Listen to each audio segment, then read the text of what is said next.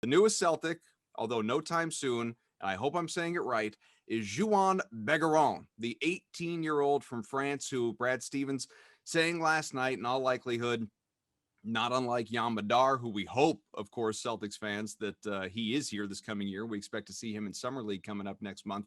But this kid he's going to be overseas and probably for multiple seasons. And Brad acknowledging there is, and he didn't say it this way, but there's a benefit to obviously, taking that guy and not worrying about cluttering up your roster with younger players and oh, by the way, letting other teams, other people develop him, kind of like do us a favor a little bit while he's so young and impressionable. What did you think of the pick? Did it surprise you at all? No, I kind of thought they were going to get another stash player. I mean, they just don't know what their roster is going to be at this point beyond the guys they're committed to. Trades will change it a little bit. And listening to Brad last night, I mean, it does indeed sound like there's going to be some kind of trade around the corner. He's, he's raw. He's another wing. I guess in this NBA, you can never get enough wings, right? You got Romeo, you got Naismith, you got the Jays. This guy's way down the line. Maybe he goes down the Colton Iverson rabbit hole. I don't know, but they have time. I mean, that certainly worked with Yam last year, most improved player in the Israeli Premier League. Yeah, I mean, what do you need with the 45th pick anyway? I wouldn't have been surprised if they had given it away for cash or something. Yeah, and honestly, not only wouldn't have been surprised, I kind of would have embraced it. Not because I think this kid's a bad pick. I know as Evan does, and I'll let him speak for himself. But he goes down the highlight rabbit hole and falls in love with guys before they've, like we haven't heard of him 5 minutes ago, but now he's the next best thing, which is great because I'm a little too cynical for that. So we need Evan around for things like that. But it's more often than not, the vast majority of the time, and I'm not talking Celtics, I'm talking NBA in general, you take a guy in the second round, never mind 45th, second round, late first round. Like typically these guys don't pan out. They're flyers, they're dart throws, they're, it's you hope for the best and there's potential there, sure, but the fact that we're not going to see him anytime soon doesn't disappoint me at all. They have much bigger things at hand to tackle with this roster. No, he may not even be on the Summer League roster. That's yet to be negotiated. But yeah, leave him in France. Maybe you can get him into a better league than the French Premier League. Maybe you can get him into Israel, which seems to be a pretty hot development ground right now. And see what happens. But he's off the radar. Evan, you're not going to be able to order a jersey just yet. You're going to have to personalize it on the NBA site. So it's Begarin.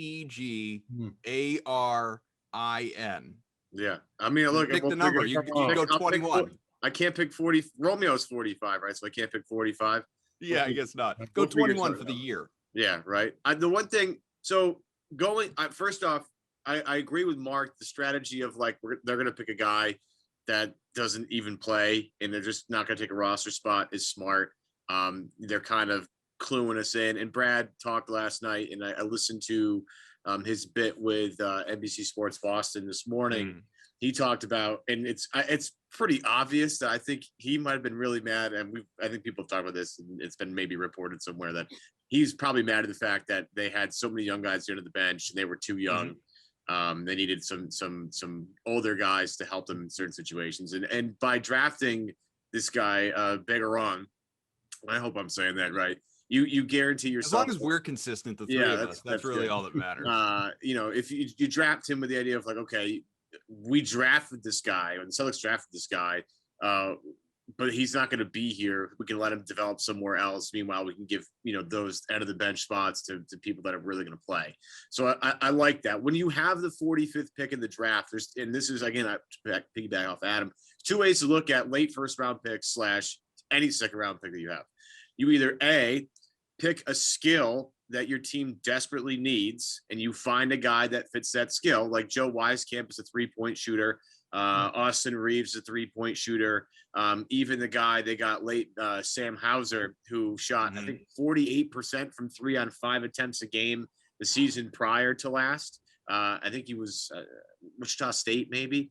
Then went on to Virginia and shot 46% from 3 on 6 attempts. Just pretty, again, good shooter. That you take something like that, or you say, all right, this guy has so much upside, but he's so far away that, you know, if we let him develop somewhere, he might really develop into something. Then if he were 2 years later on the road, he'd be a mid-first rounder or a lottery pick or something like that. And that's the way Boston's going here. I have no problem with that. Wings, as Mark mentioned, hottest thing you'd possibly imagine in terms of value, right?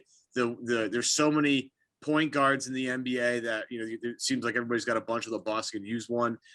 Big men are, if they don't do certain things, they're really not valuable for you anymore, right? So wings is the hot commodity. It's what you want the most of in the NBA, because the way we switch on defense and, you know, way guys can, you know, act as facilitators as a wing player, and what the mismatches that creates on the offense, defense, and whatever. So into Begarin, like, first off, the frame is ideal for a guy like that. I mean, 6'6", 7-foot wingspan, as an 18-year-old, already weighs 215 pounds. That's, you know, a really solid frame on a young man. That's literally still a teenager, can't even, you know, get a legal drink here in the United States yet, right? So that's positive. He's defensively pretty, again, the frame is nice, but defensively, like, his wingspan makes it very difficult for a lot of people to get their shot up, so that's nice. Offensively, seems like that's going to be where most of the development needs to happen. I guess he's comfortable with the ball in his hands, has a nice little crossover. His shot doesn't look too bad in terms of technique. You know, his feet below him get a little too happy, right? You want it to be a little tighter, a little less movement in the lower half. And that'll come with experience, right? In training and practice and all that stuff. I just think, in terms of having a roster spot available for somebody else, he checks that box off. The upside is obviously there as a 3-and-D potential guy with maybe some facilitation. We'll see. But I overall like the pick. People wanted Sharif Cooper, who I love, but he's like 6 feet tall and doesn't weigh anything. You know, he scored 20 a game, 8 assists, and Trae Young did the same thing his freshman season. So we'll see. But, you know, you want this team clearly has a type, right? They like athletic wings that are long and switchable on defense, and Cooper doesn't fit that mold, and Begarin does, and he allows them to do some other things with their roster that make a lot of sense. I like him personally. He's very athletic, very good in the open floor in transition. I think that'll be probably his calling card as he starts. You know, a guy that you can leak out to. You know, you get the lead pass to in a break, and he can kind of finish it by himself. He'll get stronger, so the finishing through contact will get better. But, you know, he has a long way to go on the offensive end, but the upside is clearly there. And I think it's a guy that they were like, you know what, this is a worth of the roll of the dice, so to speak. And if he has the trajectory, you know, if he fills out a little bit and he works on his jump shot a little bit, there's a really valuable NBA player there that could be a rotation player 2 or 3 years down the road, which I think is good. That's a good pick at 45. Kevin O'Connor from The Ringer, our buddy, he, as he does every year, has been doing it since, you know, long before the man was famous, puts out his draft guide and just some of the pros and cons. And obviously, Evan highlighted a lot of this already. Above the rim finisher who can dunk in traffic, accelerates quickly, displays good passing vision, flashes lockdown ability as an on-ball defender with the 7-foot wingspan, impactful on-ball defender when he's in the right position. Some of the minuses: streaky shooter, lacks touch in the paint and from the free throw line, shot selection, not great, loves the mid-range jumper, which must mean he's about 45 years old. Defensive fundamentals require improvement to complement his physical profile, lacks awareness defending the off ball, and yada yada yada. Again, 45th pick. Like, there is no perfect player, certainly not when you're in the middle of the second round. Hi guys, Cedric Maxwell here. I want to take a minute to tell you about Marigold Medical. I'm used to keeping my body in great shape, but with arthritis, even the most simple everyday tasks became unbearable. As soon as I called Marigold Medical, I knew I was in good hands. No drugs, no surgery, just an experienced team of caring professionals that wanted to get me back to doing the things I love.